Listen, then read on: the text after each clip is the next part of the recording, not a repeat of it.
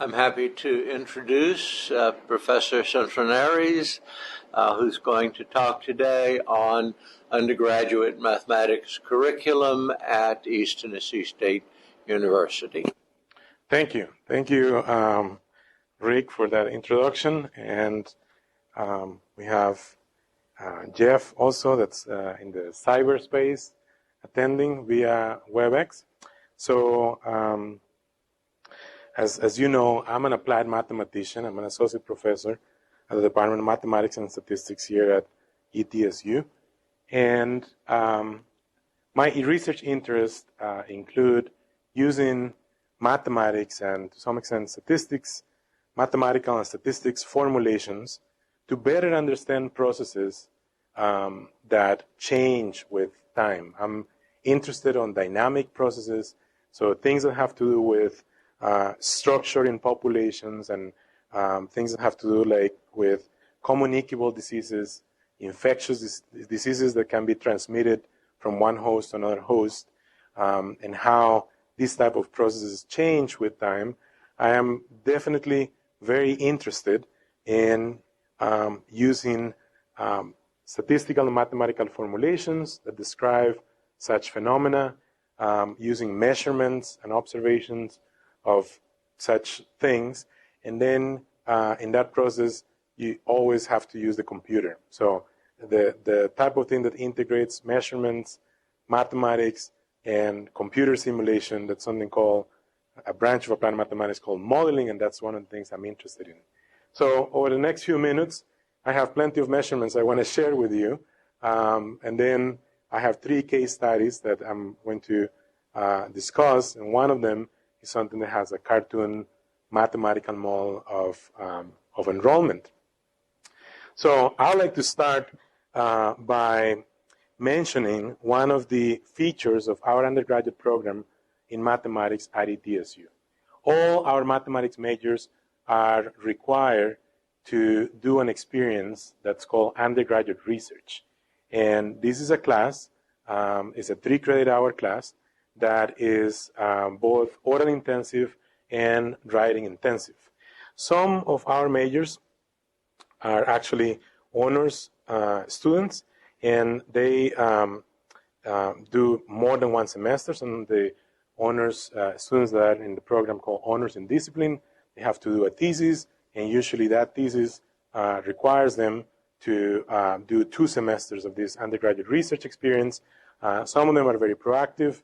I have one working with me right now, and so he actually spent a better part of 8 weeks in the summer doing a head start on reading and doing a head start on the research project.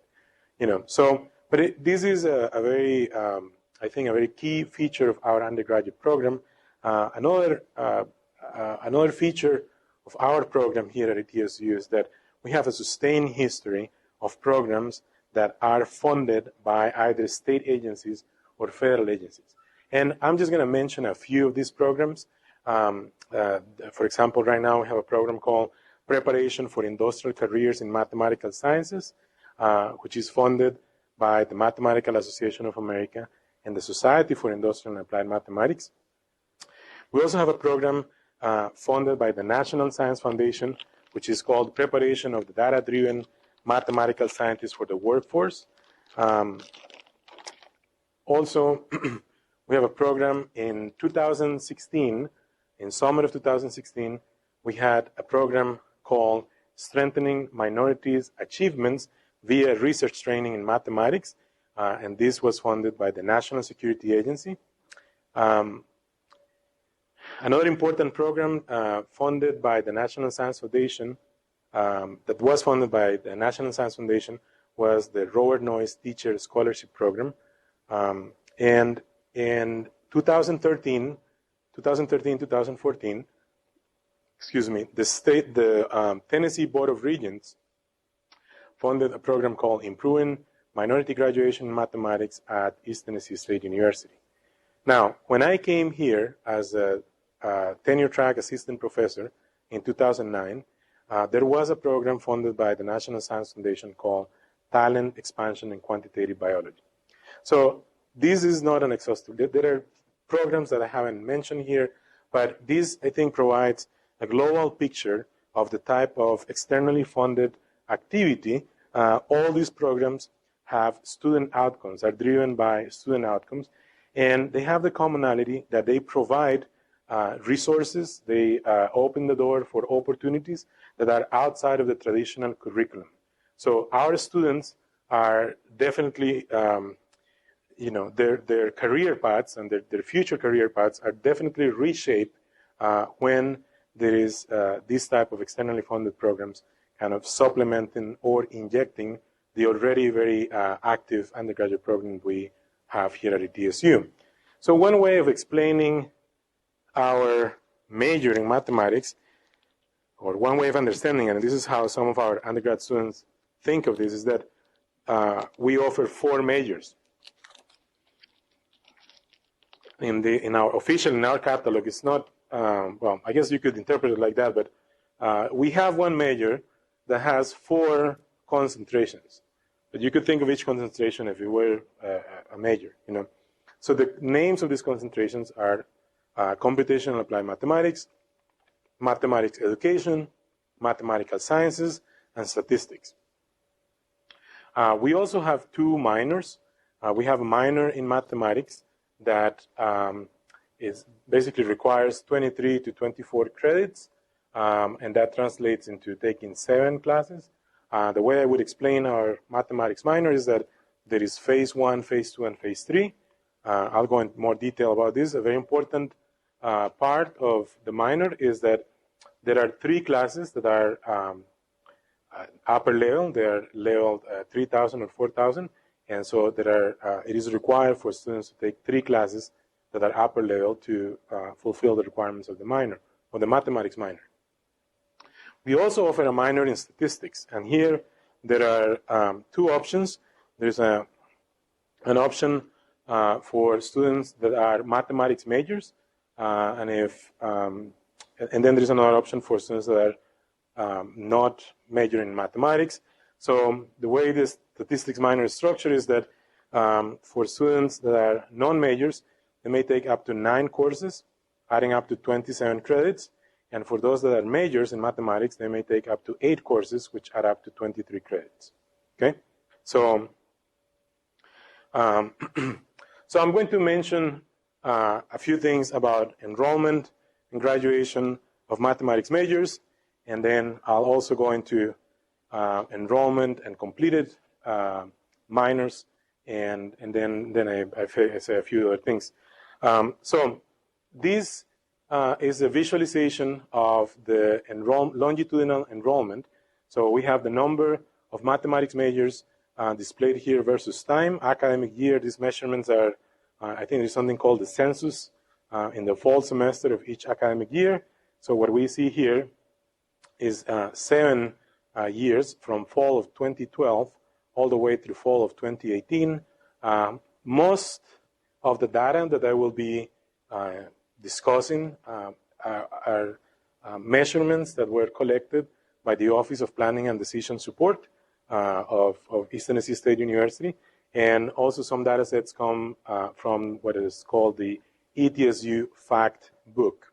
So a few things to observe here is that, I empirically used to think that we always had 100 majors. So I thought it was like a flat constant, not such thing of flat. But so in 2014, in fall of 2014, we had the maximum number of majors over this 7-year period. We had as many as 128 majors. In this year, in fall of 2018, we have the lowest number of mathematics majors at 75. One thing to observe is that there is, as of fall of 2018, there is a decline, a sustained decline in the number of mathematics majors. Now, let's take a look at this data compared to the total undergraduate population size of East Tennessee State University. So in this graph, you look at the right side, in the vertical axis, in yellow, is displayed, this is the scale for the number of mathematics majors. And then in the left side, in the vertical axis, in purple, you're seeing the total number of undergraduate students of ETSU. So I am sharing this with you as almost at the same time as I'm investigating and doing some research on this. So I'm explaining this or sharing this with you to the best of my understanding, the best of my knowledge. When I first collected this data at my first glance or first look, I noticed that, okay, if you look at the purple measurements here, well, it seems the total undergraduate population at ETSU is fluctuating between 11,000 and like 11,300. So there is a fluctuation there of about 1,000 students. And I thought, well, what's the big deal? The total undergraduate population lost 1,000 students, but in the scale of 11,000. Well, it turns out it is a big deal to lose, you don't want to lose any student, but in terms of budget and budget cuts, going down as many as 1,000 students is a big deal. The undergraduate population of ETSU is in sustained decline as of fall of 2012, all the way through fall of 2016. And last year, a year ago, fall of 2017, there was a bump, there was an increase, But one thing to observe is that during the first 2 years, fall of 2012, from fall of 2012 to fall of 13 and then fall of 14, right? We could see that the number of mathematics majors is actually increasing. It's going up. While the entire undergraduate population of ETSU was going down, our mathematics majors were actually going up. That happened for 2 consecutive years. We reached a maximum level, and I mentioned infectious diseases. It's like we got infected with this loss of students after 2 years, and then starting on fall of 2015, our undergraduate population of math majors started. It's kind of like having a delay effect in terms of losing students, And so we see this pattern. So this is for the sake of comparison. So what we see there with the last 4 measurements, fall of 2015, 2016, 2017, 2018, is that this is going down. The number of math majors is going down. Do you have any information about whether most people choose their major in their freshman year or maybe in their junior? I mean, you could see that if the student population went up a little bit, maybe 2 years later the math population would go up if math majors choose their major later on. Do you know anything about that? No, those are good questions. I have some info here to share in terms of the enrollment per concentration, graduation per concentration, but the classification of freshman, sophomore, junior, and senior, I don't have that per major. I have some of that towards the end over the entire undergrad population of ETSU, but these are valid, pertinent questions. I want to hopefully get to the end because one of the things I think it needs to be addressed is the time to completion. The time to completion. And identifying the younger groups is key, I think is a key. So, but kind of reinforcing another view at the last 4 consecutive years, if you compare the number of mathematics majors of 1 year to the number of the previous year, then you compute this relative percent change. So for the first 2 years here, we had gains, but we've been losing mathematics majors 4 consecutive years. 8% in fall of 2015, 19% in fall of 2016, 8% in fall of 2017, and 15% this fall of 2018. So these are difficult times for our undergraduate program. Here's a look at enrollment in the major per concentration. And so I have to, I'm saying here's a look, meaning that in the lower left here, this graph has a lot of bars and they have different colors. So when you look at these measurements per concentration, there is a group that has no concentration. And this is not undeclared majors. They are math majors, but yet in terms of these measurements, they do not have a concentration at the time of this measurement. Now, the thing with the concentrations is they went into effect as of year 2014, 2015. Prior to this year, they were not called concentrations. they were called tracks. And the rules, there were some different, so the catalog changed effective 2014, and then there were some students that would choose with which catalog they would graduate, and so they would have to, so the reason why we have, in what I'm showing you here, large bars here for the so-called undeclared concentrations, because there were changes in the catalog. So probably we really want to look from 2014 through the last academic year, and so the colors, we're looking for red, green, purple, and turquoise, or I don't know, that light blue or something, So there is a database that is operated by the federal government. It's called Integrated Post-Secondary Education Data System. All the universities that are receiving financial aid, federal financial aid, have the obligation to report. And so in this data system, you could, if this is publicly available, you could look at profiles of universities and statistics and data on enrollment and graduation. So I'm sharing here something that I think is pertinent to what we're reviewing and discussing here. On the left, we see the percentage of full-time, first-time students that graduated within 150% of the normal time to complete their undergraduate degree. Now, normal time here is in quotes, and we still have to talk about that. But so we're seeing here for ETSU that statistic is 41%. Now, there are statistics, measurements of cohorts, students, undergraduate students, full-time, first-time students that began their studies in fall of 2009 in yellow and fall of 2011 in light blue.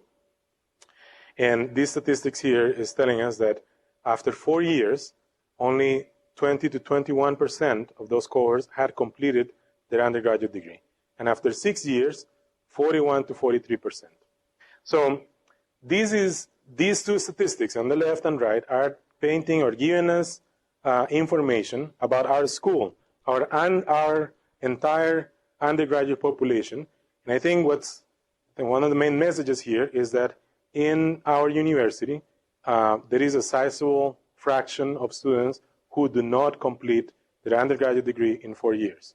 There are some that do, but there is a sizable number of students that, we're supposed to be a 4-year university, and that's the title. In practice, is not happening in 4 years. So, with that in mind, we're now here looking at the production of professionals. That's what I would call it. So these are the numbers of completed Bachelor of Science degrees in mathematics from 2012-2013 all the way through 2017-2018. And so I put some percentages on top of each bar. These percentages is just to have some idea of the number of graduates that academic year relative to the size of our undergraduate program for that year. Okay, so let's remember that the number of math majors is in decline here for the latter years, and then we see that the number of graduates is also declining. But there's a few things here. So I think definitely these are difficult times, and this loss of mathematics majors is alarming. Definitely the decline in number of math majors is consistent with the decline in the undergraduate population. So the fact that this number of graduates is also consistent with the decline in the enrollment, there are some consistencies there, but it's something that needs further review. But so that's on the kind of the negative or not so inspiring side. But in a positive note, these percentages are, again, these are fractions relative to the total size of the undergraduate program in that academic year, and that size is changing. But the percentages are not changing that much. So I think this is positive, because this is saying that even though we have these adverse conditions, we're losing students, our program is managing to graduate basically the same fraction. About a quarter of our undergraduate students are graduating. This is what we see here, almost 4 consecutive years. We're graduating between 24 to 26% of our students. Okay? So, and if we were going to say, well, this is a quarter of what? Well, roughly somewhere between 75 and 128, it's kind of, I don't know. There's something to discuss a little more. But so the other thing is to look at those numbers of completed undergraduate degrees, but now taking a look at those numbers by concentration. In other words, the number of graduates of the 4 concentrations. What we see here is 5 colors because we have some students that graduated without one of the 4 concentrations listed here. Maybe they graduated with the other catalog.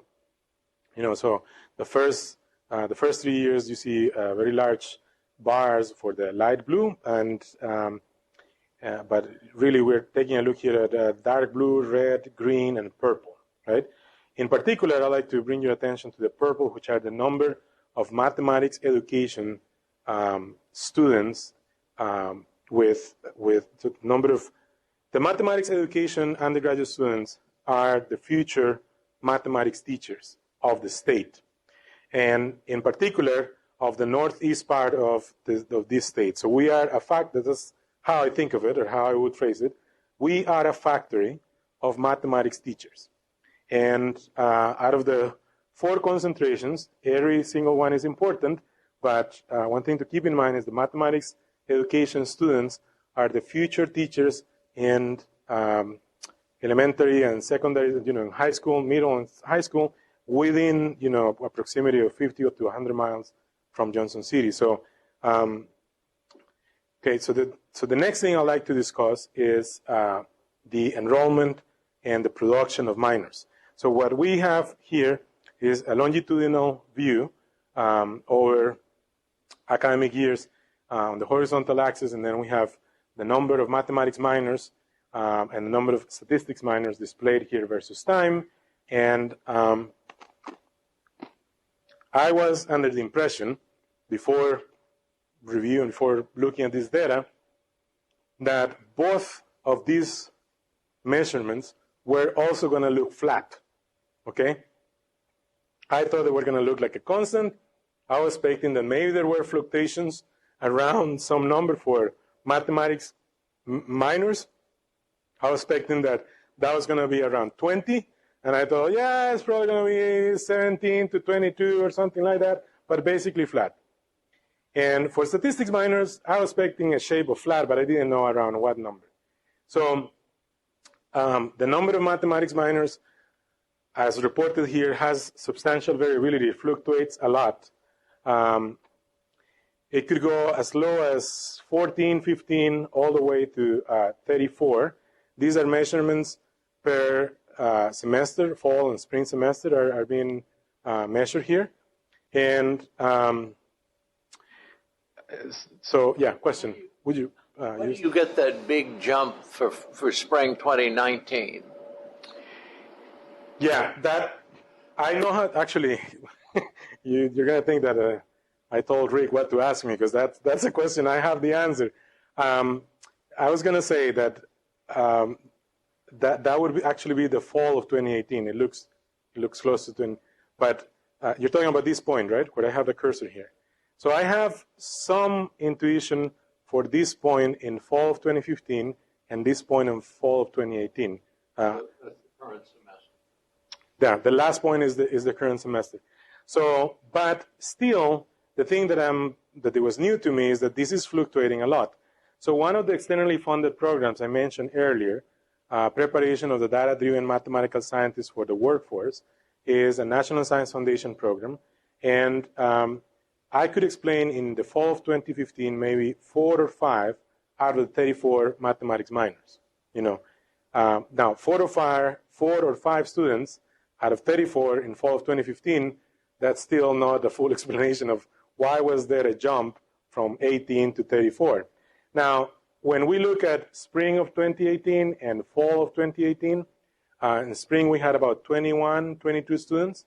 And that same program is currently funding basically 14 of the current 34. So in the latest data point here, the jump in part is due to the external funding, But so I still think that there is a lot of fluctuation on the number of mathematics minors.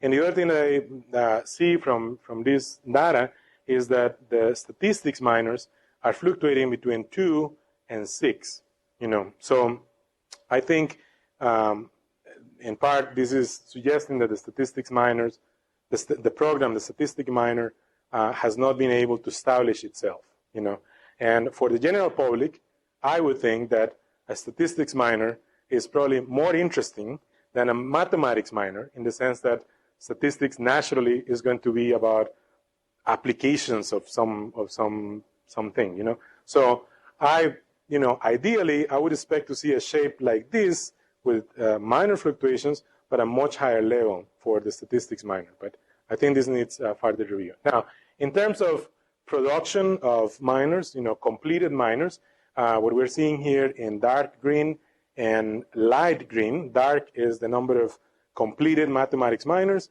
and in light green is the number of completed statistics minor. So even though the minor in the statistics started in this year, 2012, 2013, there were 2 students that completed the statistics minor, according to this data, on that year. I suspect that was probably arranged with a combination of, probably they had already some upper level statistics classes and they got some substitutions or something.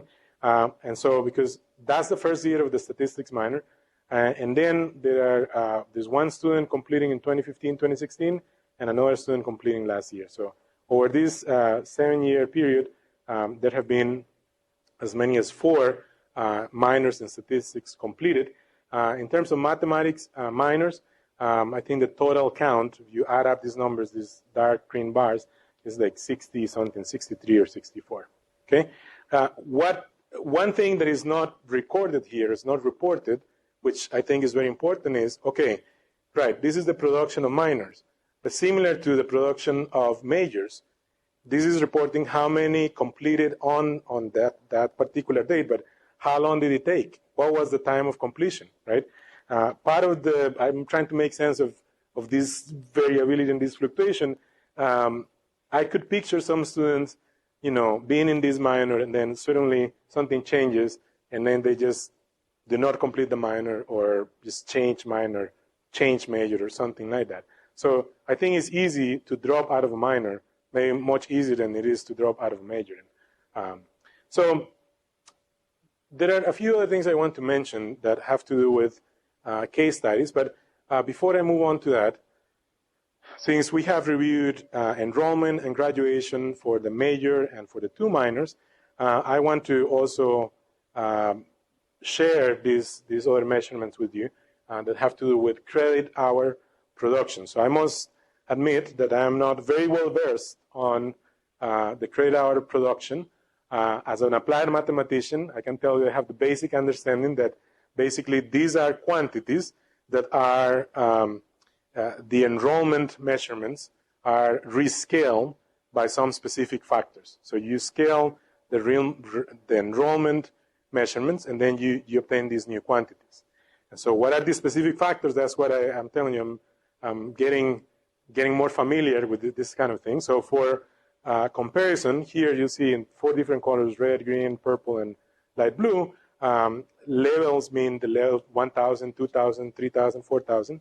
And so just to have some idea of the magnitude, you can see here in the vertical axis that classes that are 1,000 level, they have this credit hour production quantity between 6,000 to 7,000. And then all the other levels are going to have quantities that are more in the hundreds. They don't even make it to the 1,000 magnitude. So here at the bottom, we take a closer look at level 2, 3, 2,000, 3,000, 4,000 level classes. And we can see that some of these declining trends are not surprising, because we had already acknowledged that both the total undergraduate population at ETSU is in decline, and one of the the two populations in our major and minors that would feed this production here are precisely that, the students that are majoring and the students that are completing a minor. Now, as far as, we have two types of classes that... What is the scale on the top graph there, the 2, 3, 4, 5, 6? In this graph? On the X. 1, 2, 3, 4, 5. Yeah, those, I apologize. No, it should be exactly the same. So on the x-axis and the horizontal axis is the fall of 2013, 2014, 2015, 2016, 2017. So instead of 1, 2, 3, it should read exactly same scale, right? Yeah. Thank you.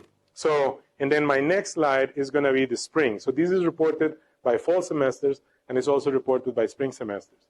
And as you may expect, it's like we have classes that are fall only or spring only or, fall of every other year or something like that. So the schedule of classes follows a different pattern in the fall versus the spring. And that's why they report this in those two semesters.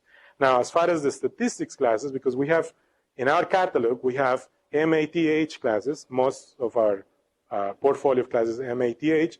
And then we have STAT. We have statistics classes. Most of those are upper level, but we have a few of those that are 2000 level.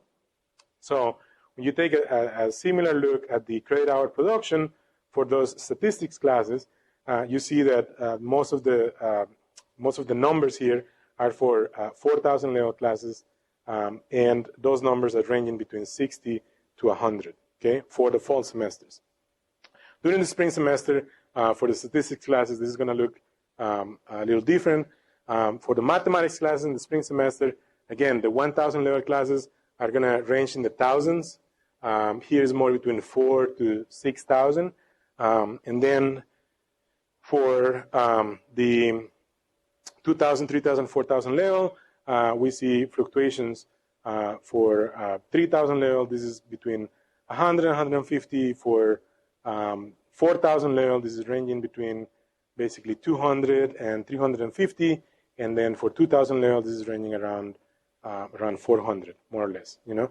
And here, it's not unlike the fall semester where there is more of a sustained decreasing trend. Here, the trends are different. And then for the statistics courses, we see a different picture too across level 2,000, 3,000, and 4,000 level.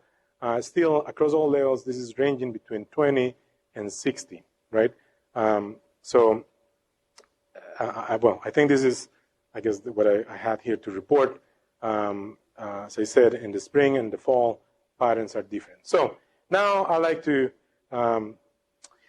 discuss, and so when you are reviewing, you know, some of these measurements, some of this data about our undergraduate program, then it comes to mind, okay, so we probably need to review certain things, we probably need to brainstorm, we need to make some considerations. I think that it's important to set goals in terms of producing workforce, but some of these things are also in terms of finance, and there are business models, in terms of how many credit hour production a department keeps, and constraints that are very real that have to do with budget cuts and things of that sort, right? So basically, we need to grow the number of mathematics majors, and we think, and we also need to grow the number of mathematics and statistics minors. So about the mathematics majors, the joint mathematics meetings that will happen in January of 2019, they have a session, contributed paper session, called Innovative Curricular Strategies for Increasing Mathematics Majors, right? So I think this is, I'm just bringing this to your attention in the sense that these issues or these problems that we are facing here, we are not the only ones, and this is receiving some consideration at a national scale.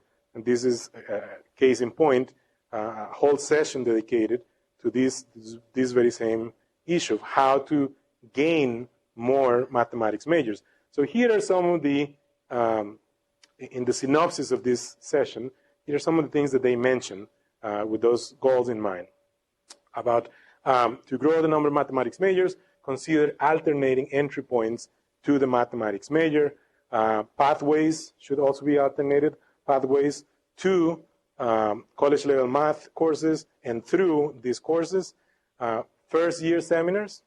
And this kind of relates to something that Rick mentioned earlier, in terms of identifying freshmen or so this is a point about seminars that are targeting majors in science, technology, engineering, and mathematics.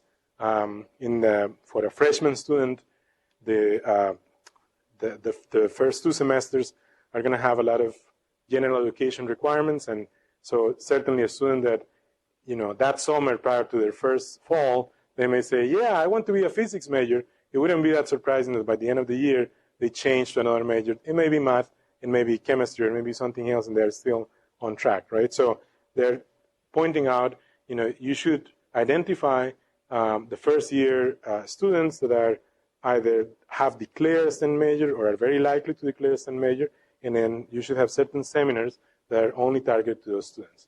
Retention, recruitment, graduation of specific populations is also another thing to consider. So these are like very brief points from this session to take place in January of 2019. Now, as far as some ideas to increase or to grow the number of mathematics minors, I have, in these 2 slides, I have some ideas of my own with the minor exactly as is currently in the catalog. So I had mentioned that my way of explaining the mathematics minor is that it has phase 1, phase 2, and phase 3. So that's what I'm illustrating here in rectangles. Phase 1 is the same. Every student that's completing a minor with us, a minor in mathematics, has to take Calculus 1, Calculus 2, and linear algebra. Now, here's the first example. They go phase 1 in that order, and then in phase 2, they take mathematical reasoning, okay? And then in phase 3, they take combinatorics, they take graph theory, and then they take algebra. So if they do the sequence in this way, in which they have 3, 1, 3, so this would be a way of completing 23 credits, a total of 7 classes, and this is a way of fulfilling the requirements for a minor. And if they did so, this is a minor that resembles the concentration that's called mathematical sciences. Okay? Here's another example. Phase 1 is exactly the same. Phase 2, they would take differential equations. And in phase 3, they would take mathematical modeling, numerical analysis, and numerical linear algebra. So this is another way of doing a 3-1-3 sequence. They complete 23 credits, that is 7 classes, and this version of the mathematics minor resembles the concentration that is called computational applied mathematics. So, we have 4 concentrations, so you may expect that I have 4 examples here in this portfolio. So here's the next one. Phase 1 is exactly the same. Phase 2 is probability with calculus. And phase 3 is statistical modeling, statistical machine learning, and introduction to stochastic modeling. So this is, again, another scenario of having a mirroring the concentration that's called statistics concentration. There are 7 classes completed, and they add up to 23 credits. So the last scenario of this portfolio is slightly different. This will have 24 credits, and the first phase, phase 1, they take 3 classes. In phase 2, this is one difference, they would take 2 classes. So unlike in the previous scenarios where they go 3-1-3, here they go 3-2. So that's a total of 5 classes so far. And in the next phase, phase 3, they take 2 classes. So they still complete 7 classes. Here they're doing, in phase 2, calculus 3 and mathematical reasoning. And then for phase 3 of this version of the minor, they take geometry, and then they take history of mathematics. And this would be a version of the minor that would have some resemblance to the concentration that's called mathematics education. There are still 7 classes, but there is an extra credit here because calculus 3 is a 4 credit hour class. Okay, so these ideas, these portfolios I just discussed, do not involve making any changes in the catalog. This is as the catalog is, with the rules as they are, these sequences could generate, different versions of the minor. But I have some additional ideas here I thought I would discuss or share with you. I think the minor is like a sampler and should be a succinct, it's an experience where the person has, for me, the main goal is to provide skills, to improve skill sets, to provide training, but I still think of this as being a succinct sampler of an experience that gives them some idea. So the main thing for me in a minor is to have the 3 classes that are upper level. So I would think of another idea here in which the number of credits is reduced from 23 or 24 to 20 with the intention of reducing the total number of classes from 7 to 6, provided that 3 of those classes are still upper level. But to accomplish that, we would have to change 2 classes that are currently 2,000 level into 3,000 level classes. I'm specifically referring to probability with calculus and to differential equations. Now, making these changes would have to be done in a way in which we honor the current articulation agreements we have with a network of community colleges, okay? In a way in which, yeah, sure, we change the name of the class, change the code of the class, maybe change the contents of the class, to be fair. We're increasing a little bit the level of the class, but our transfer students that are coming from these community colleges do not see any adverse effect. In other words, that we would grandfather in and honor, you took that class with that name and that code in your home institution, okay, we give it transfer. You have the credit here. However, one way of doing this would require to, okay, so let me make another point. You could, or you may start thinking, like, the first issue here that I have is that you're saying that this person took this sophomore level, sophomore level class over there, 2,000 level, and now they're getting credit here for the 3,000 level class. Oh my God, this doesn't make any sense. This type of thing happens commonly when substitutions are made for international students that are coming from an institution where the official language is not English, where you're reading a transcript that has an official English translation, but it's not clear, even from that translation, what is the content of that class and what is the depth of the content of that class in that other country. And so at some point, somebody has to, it's a very delicate balance to maintain. At some point, somebody has to decide, okay, we're going to give this credit, we're going to make this substitution, because part of the priority there is the student is already here or is on the way here, and you want to keep them, as much as possible on a successful path of academic success, or viable path of academic success. So, but there are substitutions of a similar nature that happen sometimes with universities from, the South Pole or the other parts of the world. So I think the key would be to make sure that those community college transfer students, even though they receive the credit, this is not going to be any financial cost to them, but we will need to provide them with some type of like a study guide or some type of leveling, self-paced leveling plan in which we can make it sufficiently clear. You don't have to take that class again. Certainly you don't have to register and pay.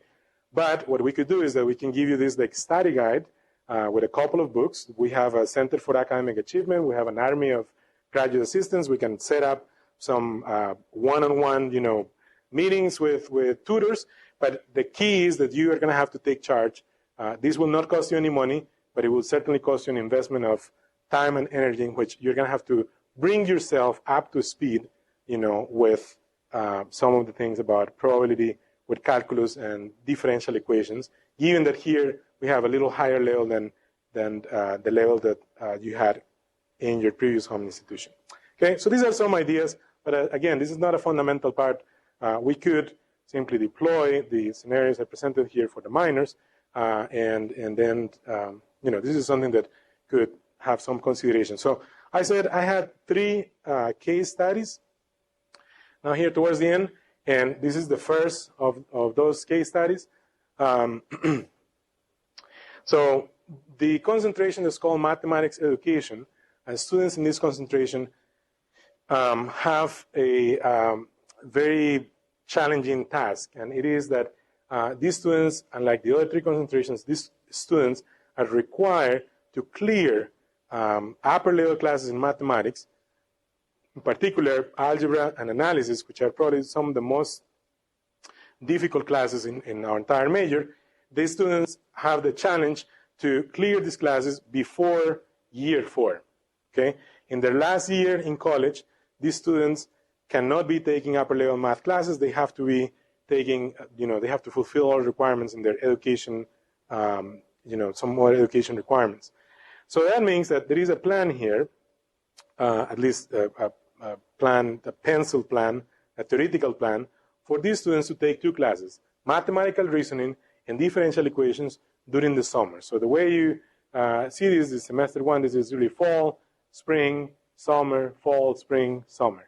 And so the idea of this plan is to take mathematical reasoning in this summer, because in the spring of the following year, they're going to take 2 classes that have math reasoning as a prerequisite, and then differential equations is planned here for another summer, because immediately after that summer, there is a plan of taking a class, math modeling, that has DFQ, differential equations, as a prerequisite. Now, the issue is that what we're seeing here in this graph is the enrollment in both of these classes. Mathematical reasoning is on the vertical axis displayed on the right side, and in red, appears here in red. So from summer 2012 through summer 2018, so we can see here that maybe 4 out of 7 summers, mathematical reasoning has had 0 students. That means the class was canceled for those summers. Other summers in which a class was not canceled, so in summer of 2016, there were 2 students.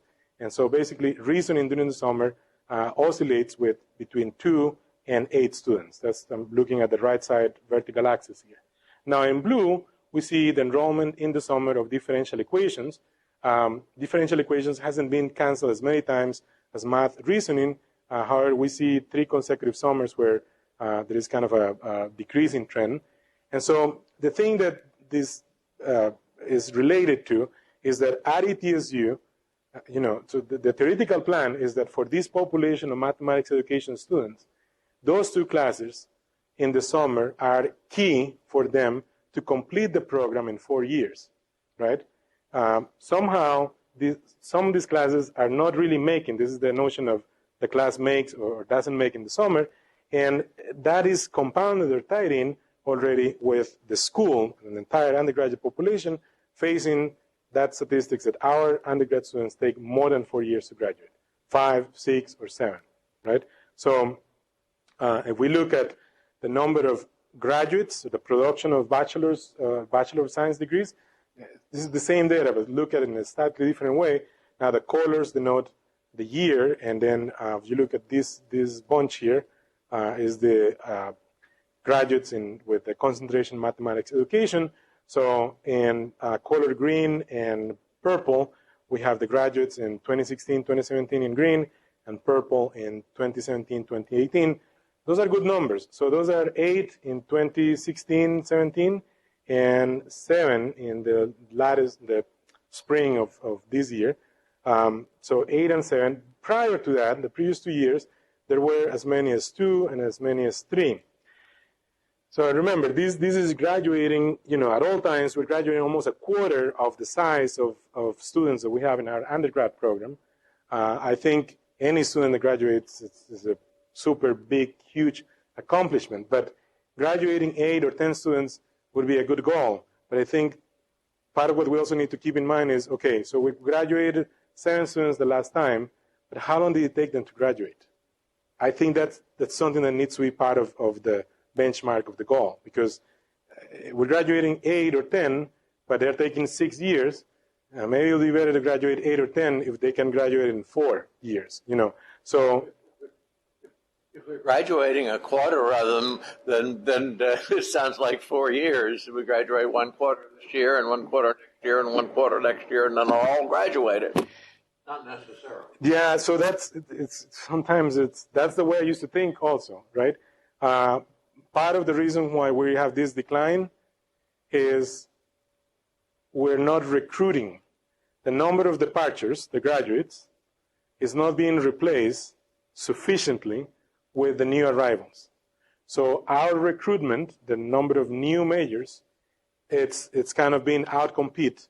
It's happening too slow in comparison to the students that are either completing or just dropping out of school, you know. So, yeah, you're going to say something? Do you have any data about whether the decline is due to fewer students coming in or more students flunking out or leaving for another reason? I don't have that with me in these case studies, but that's exactly the type of questions that I think we need to be, that merits further review and further investigations. Causes.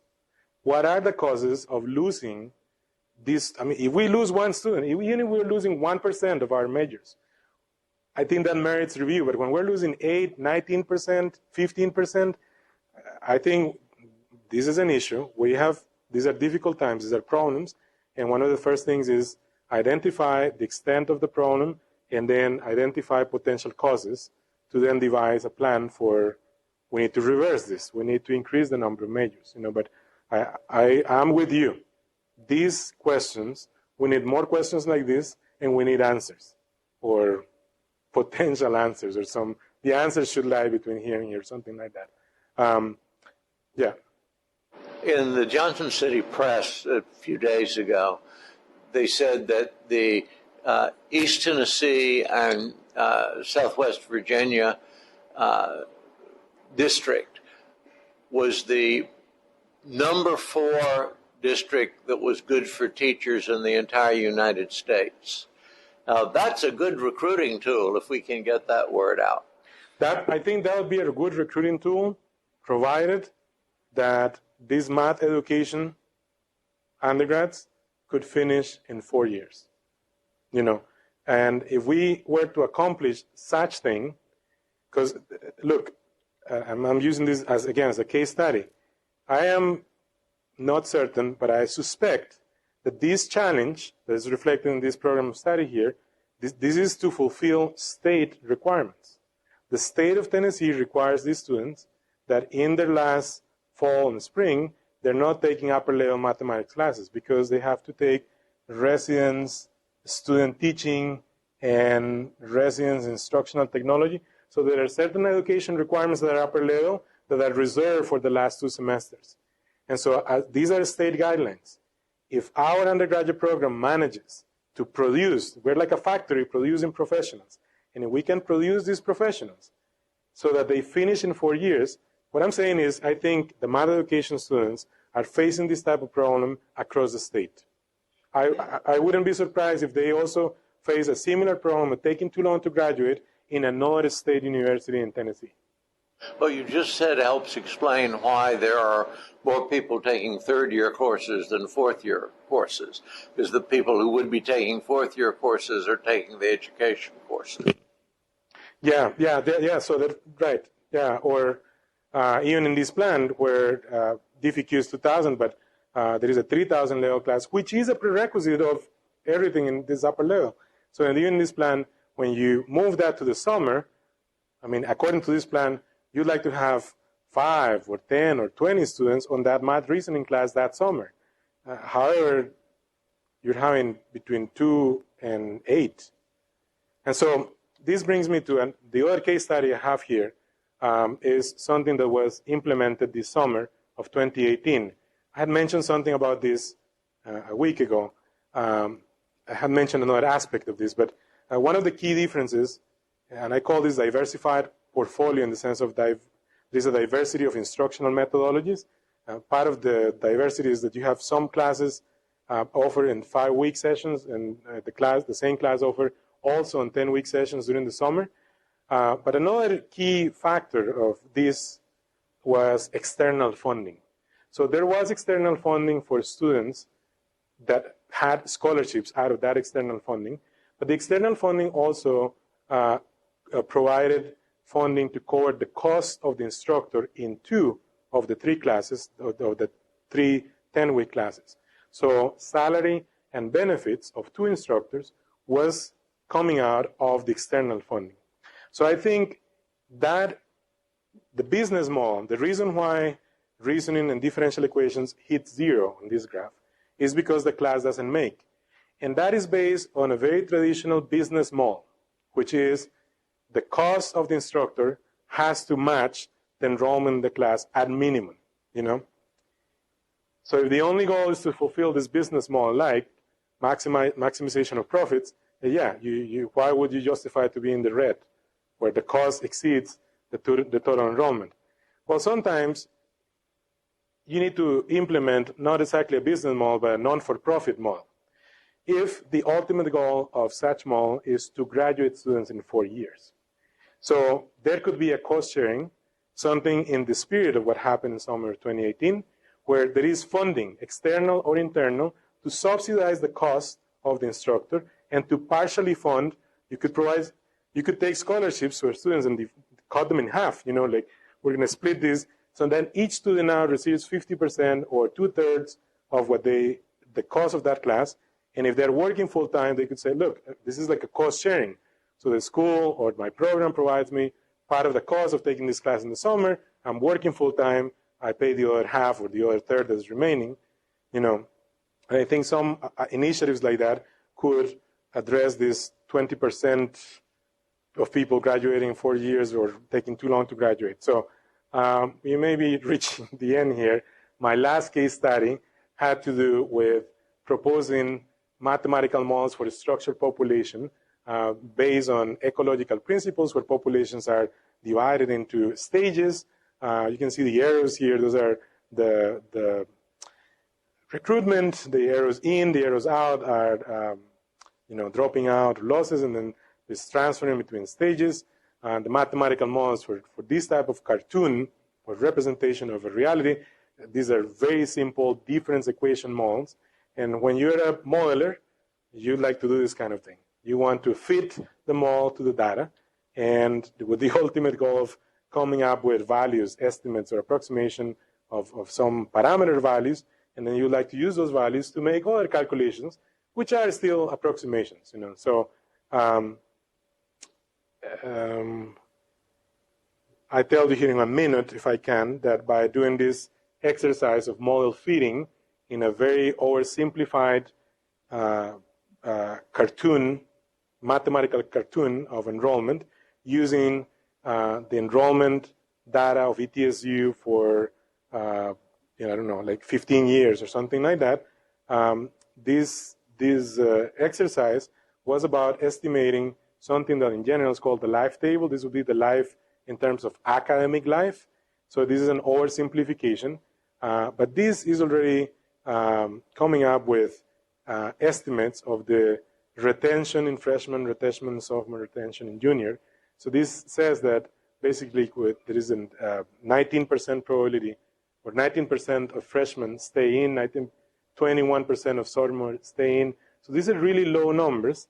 And those numbers are using this life table calculation to do this kind of, if you start with a target of 10,000 students, a target of 1,000 students, after 4 stages, you have 13 students left out of that population of 1,000.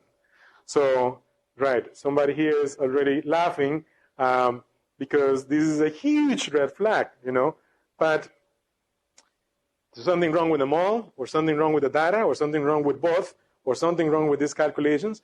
However, in light of these statistics of our school, that after 4 years, you have a fifth, basically, of the cohort graduating, then these estimates, you know, are not that crazy. Now, there are a lot of things that are happening with this model. One of the things that may be wrong with the data, and that's, well, I'm just going to tell you this is the last, there are some bullet points I have here. I will be happy to share a copy of these slides with everybody. And I think we are right at the 2:59 p.m. mark. And, you know, thank you, Rick.